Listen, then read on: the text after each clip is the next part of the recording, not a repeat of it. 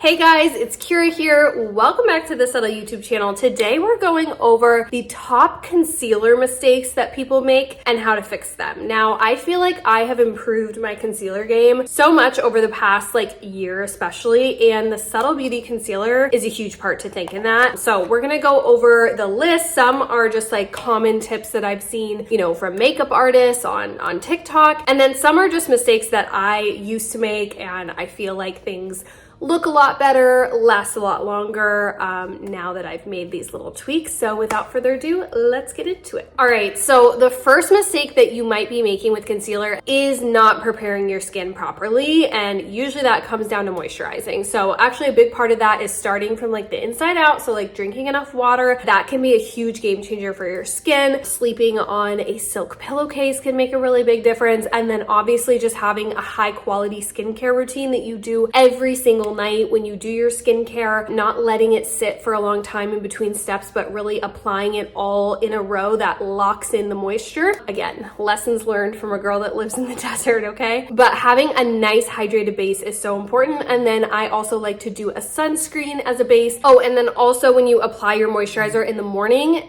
and your sunscreen, I personally like to let it sit for at least 15 minutes. If you just apply moisturizer, sunscreen, concealer all at once, I think it tends to melt off and not just sit as well. You kind of need to let your moisturizer sit for a little bit. Okay, now as we go through the rest of them, I'm gonna start applying. So this is in the shade 4N. And the first mistake I'm gonna personally speak on, I think, is using a liquid or traditional concealer instead of cream.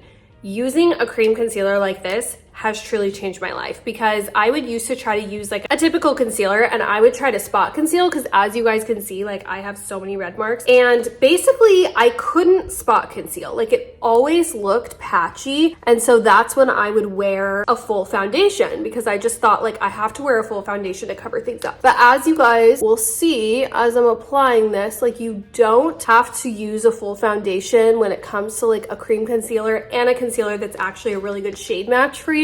As you can see, I can just kind of spot conceal where I need it, and it blends in so nicely. So if you're not sure what your right shade is, you can go to subtlbeauty.com. There's a quiz that you can fill out. You can enter in your current concealer, your current foundation, and they will shade match you. And then you can also make returns if it ends up not being the right shade. This is a little dark for me, but I personally like adding some color to my face. I'm kind of in between 3N and 4N, but this one is 4N. Okay, the next mistake, especially if you're maybe in my age range, which is I just turned 30. Yes, millennials, I'm speaking to you. We grew up in the 2016 makeup era, where what people were doing, and I'll pop a photo up to show you, was a huge triangle underneath the eyes in a really light concealer. And what that was supposed to do was lighten and brighten the eye, but instead it just ends up looking really cakey in my opinion. So I actually don't think going super light underneath the eyes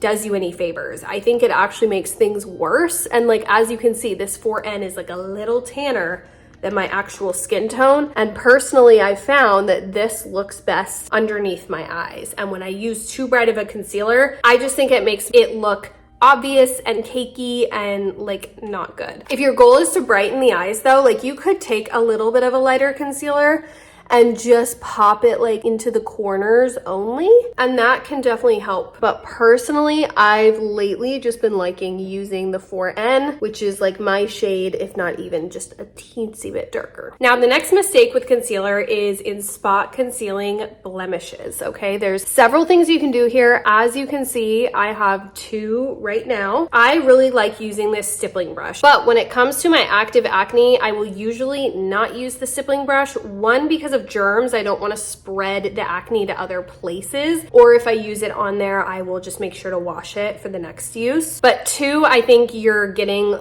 better coverage when you use your finger. So let me show you. First, I'm gonna go in with the 3N, and I'll get some just on the finger, and I'll basically just apply it almost like a stamp, okay? and I'm gonna let it like sit there for a little bit. I'm gonna apply just like a little bit, different finger, because you don't want to cross-contaminate with acne. And again, I'm gonna stamp it on here, and it's not blended yet. We're gonna let it sit for a little, okay? And especially with cream concealer, because it is so like smooth, hydrating, easy to move around, it really helps to like let it sit and bake for a little so that it really like stays in place throughout the day. Okay, next concealer mistake I think you're probably making is not doing up here. So I'm gonna go ahead and cover my eyelids. At least for me, I need this because look at how many like under eye veins I have. And when you do that, then I like to go in with shine control powder on top and apply some also just with the stippling brush. And that's just gonna give you a really good base for your eyeshadow to actually stay on. Okay, now our concealer's been sitting for a little, so I'm dabbing just a little bit more on top. And again, you don't want to rub and drag because that will just take it all off. And then you're going to use a different finger to kind of gently pat out around the edges. And you don't want to mess with the actual spot itself because all you'll do is take the product off. See how great that is? Okay, and then now I'm going to finish it off with some shine control powder just to make sure that it's set, and be very gentle with this again because you don't want to lift the product up. Sometimes when I'm done doing my makeup, I will go back again and potentially do one more layer if I feel that it needs it. Okay, and then as you can see with the under eyes, I kind of do a similar thing where I'll go back in kind of at the end after I've done everything and just use my finger to just apply a little bit more. And again, that looked really cakey when I used to use like a typical kind of like liquid in the bottle concealer. And I think since switching to cream, it just like you can really build it and cover it. And this is just such a good shade match for me. Also, like if I just do concealer under my eyes, it will look really, again, draw more attention to my under eyes. So I think it's great when you take the concealer down the side of your nose and then kind of do, I guess, a triangle in a way, but I'm doing it here instead of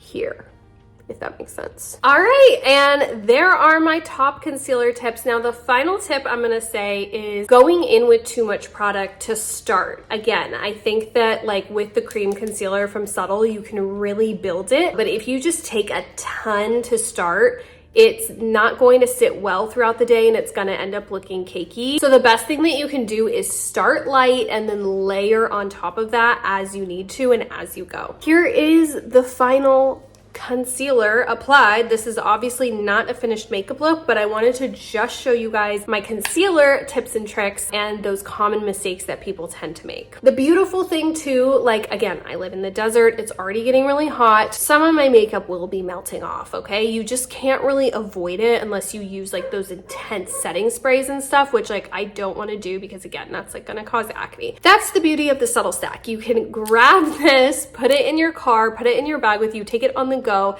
and then you can quickly like touch up your concealer, touch up your shine control powder, and it will make a world of difference if you just like quickly touch up once or twice throughout the day. Because I think that the reality is we're all living busy lives and like sweating and like doing stuff throughout the day. Like sometimes you just need a touch up, and that's the beauty of the stack. You can throw it in your bag, take it with you on the go, touch up whenever you need to. Your makeup doesn't have to be like perfected at the beginning of the day. You can kind of like add little bits here and there. We all know that feeling when you do your makeup at home and then you get in the car and the lighting is like so good in the car, but it's like bad good because you see all the imperfections and everything. That happens to me all the time, but I have my stack with me so I can just like quickly make those little changes in the better lighting. So that's another reason why I love the stack. All right, thank you so much for watching. Comment down below if you have any other questions about concealer or any problems that you're running into, and we can help you troubleshoot that. Please don't forget to subscribe, and I will see you guys next week. Bye.